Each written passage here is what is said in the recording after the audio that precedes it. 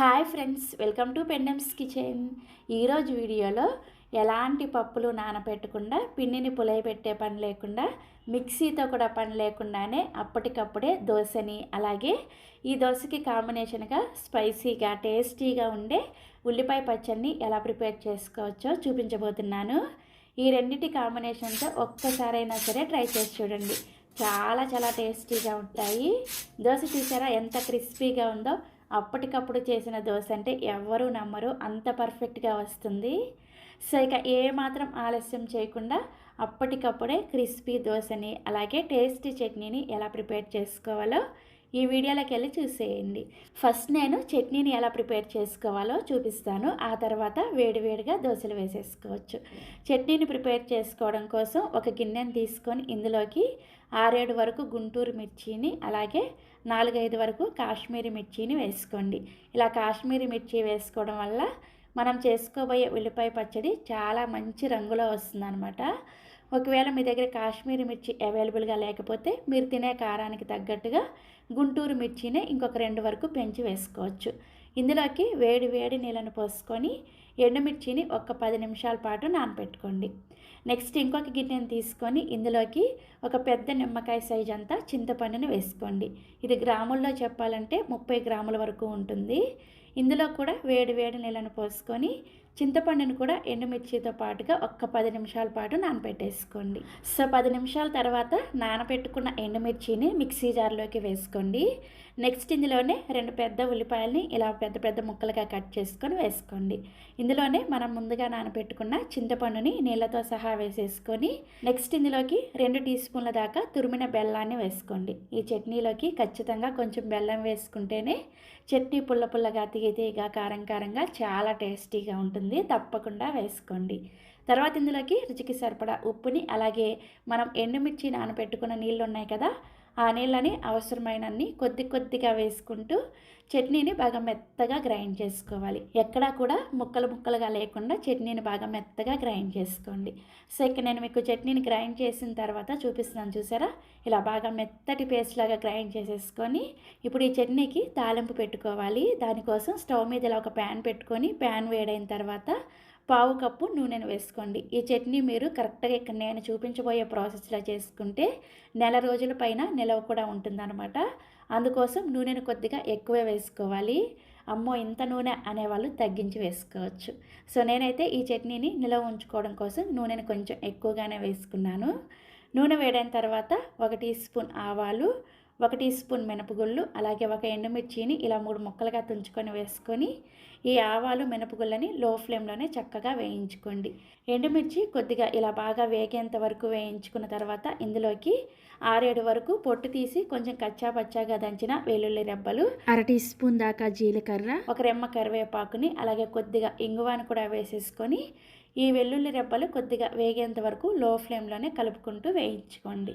So తాలింపు ఇలా చక్కగా వేగిన తర్వాత ముందుగా మనం గ్రైండ్ చేసుకున్న ఈ చట్నీ మొత్తాన్ని కూడా వేసేసుకొని మంటని లో టు మీడియంకి అడ్జస్ట్ చేసుకుంటూ మనం ఇందులో అన్నీ కూడా పచ్చివే వేసుకున్నాం కాబట్టి ఈ ఉల్లిపాయ పచ్చి వాసన పోయి చట్నీ బాగా ఉడికి నూనె కొద్దిగా సపరేట్ అయ్యేంత వరకు ఈ చట్నీని ఉడికించుకోవాలి.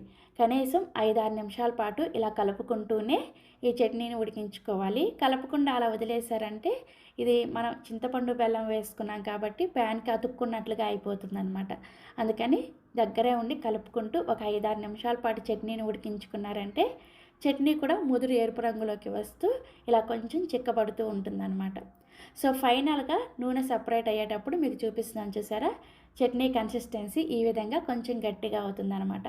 ఇలా బాగా ఉడికించుకుంటేనే మీకు చట్నీ టేస్టీగా కుదురుతుంది. అంతేకాకుండా చట్నీ నెల రోజుల పాటు నిలవ కూడా ఉంటుందన్నమాట. సో ఇలా చక్కగా ఉడికించుకున్న తర్వాత స్టవ్ ఆఫ్ చేసేసి ఈ చట్నీని ఒక సర్వింగ్ బౌల్లోకి తీసుకొని రెడీగా పక్కన పెట్టేసుకోండి. దోశల పిండిని ప్రిపేర్ చేసుకోవడం కోసం ఇలా ఒక మిక్సింగ్ బౌల్ని తీసుకొని ఇందులోకి 1 కప్పు గోధుమ పిండిని వేసుకోండి. మీరు ఇక్కడ ఏ బ్రాండ్ గోధుమ పిండి అయినా సరే వేసుకోవచ్చు. నెక్స్ట్ ఇందులోకి రుచికి సరిపడా ఉప్పుని, అలాగే 2 టేబుల్ స్పూన్ల దాకా బొంబాయి రవ్వని వేసుకోండి. ఇలా బొంబాయి రవ్వ వేసుకోవడం వల్ల దోశ క్రిస్పీగా వస్తుందన్నమాట.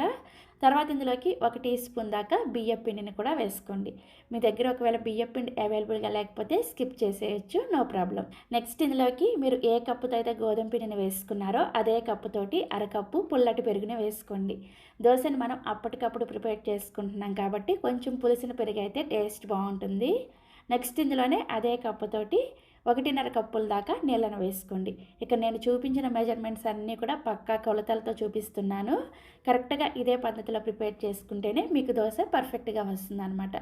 సో ఇలా 1.5 కప్పుల నీళ్ళను వేసుకున్న తర్వాత విస్కర్తో కానీ గరిటతో కానీ ఎక్కడా కూడా పిండి ఉండలు కట్టకుండా వేగంగా కలుపుకుంటూ పిండిని బాగా ఒక 5 నిమిషాల పాటు బీట్ చేసుకున్నట్లుగా కలుపుకోండి.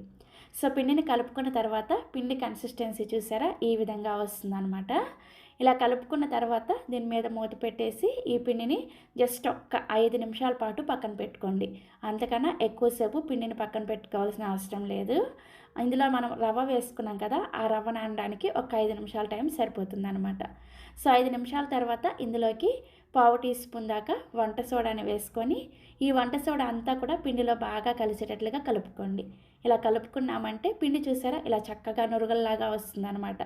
మనకి పులిసిన పిండి ఎలా అయితే ఉంటుందో ఆ విధంగా తయారవుతుంది.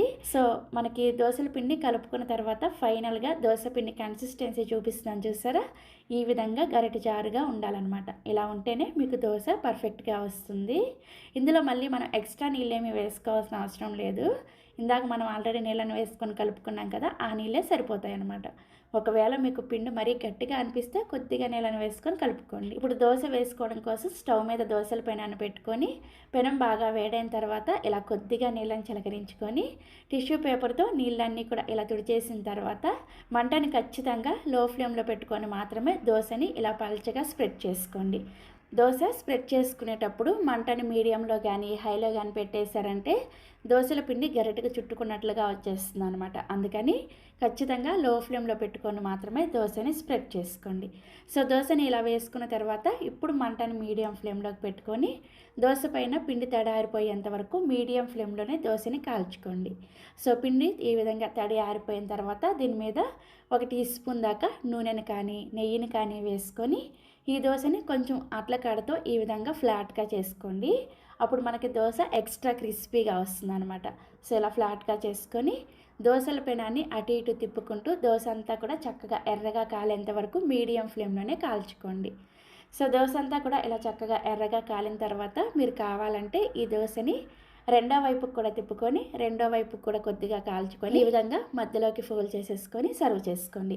దోశని రెండో వైపు కూడా కాల్చుకుంటే కొంచెం మెత్తగా వస్తుంది అనమాట. అలా కాకుండా బాగా క్రిస్పీగా కావాలి అనుకుంటే రెండో దోశ వేసుకునేటప్పుడు దోశల పెనాన్ని ఈ విధంగా నీళ్ళని చిలకరించుకొని క్లీన్ చేసిన తర్వాత సేమ్ ఇందాక దోశ వేసుకున్నట్లుగానే మంటని లో ఫ్లేమ్లో పెట్టుకొని దోశ వేసేసుకొని దోశ పైన పిండి తడి ఆరిపోయిన తర్వాత నూనె వేసుకొని మీడియం ఫ్లేమ్లో దోశని ఒకవైపు మాత్రమే పెనాన్ని అటు ఇటు అడ్జస్ట్ చేసుకుంటూ ఇలా మంచి రంగు వచ్చేంత వరకు కాల్చుకొని ఒకవైపు కాల్చుకున్న దోశని ఇలా ఫోల్డ్ చేసుకున్నారంటే దోశ బాగా క్రిస్పీగా వస్తుంది అనమాట. సో మీకు ఎలా కావాలంటే అలా దోశని కాల్చుకోవచ్చు. సో ఇలా చక్కగా అన్ని దోశలు కూడా వేసేసుకొని మనం ప్రిపేర్ చేసిన చట్నీతో సర్వ్ చేసుకోండి. ఇక నేను చూపించిన మెజర్మెంట్స్కి మీకు ఒక 8 నుంచి 10 దోశలు రెడీ అవుతాయి అనమాట. సో ఇక్కడ నేను మీకు ఒక దోశని చూపిస్తున్నాను చూసారా, ఎంత క్రిస్పీగా ఉందో. ఎవరు కూడా అప్పటికప్పుడు ప్రిపేర్ చేసిన ఇన్స్టెంట్ దోశ అంటే నమ్మరు, అంత పర్ఫెక్ట్గా వస్తుంది. సో తప్పకుండా మీరు కూడా ఈ దోశ అండ్ చట్నీ రెసిపీని ఒక్కసారైనా సరే ట్రై చేసి చూడండి. అలాగే మరిన్ని ఎమ్మీ అండ్ టేస్టీ రెసిపీస్ కోసం వెంటనే మన పెండెమ్స్ కిచెన్ని సబ్స్క్రైబ్ చేసేసుకోండి. Thank you.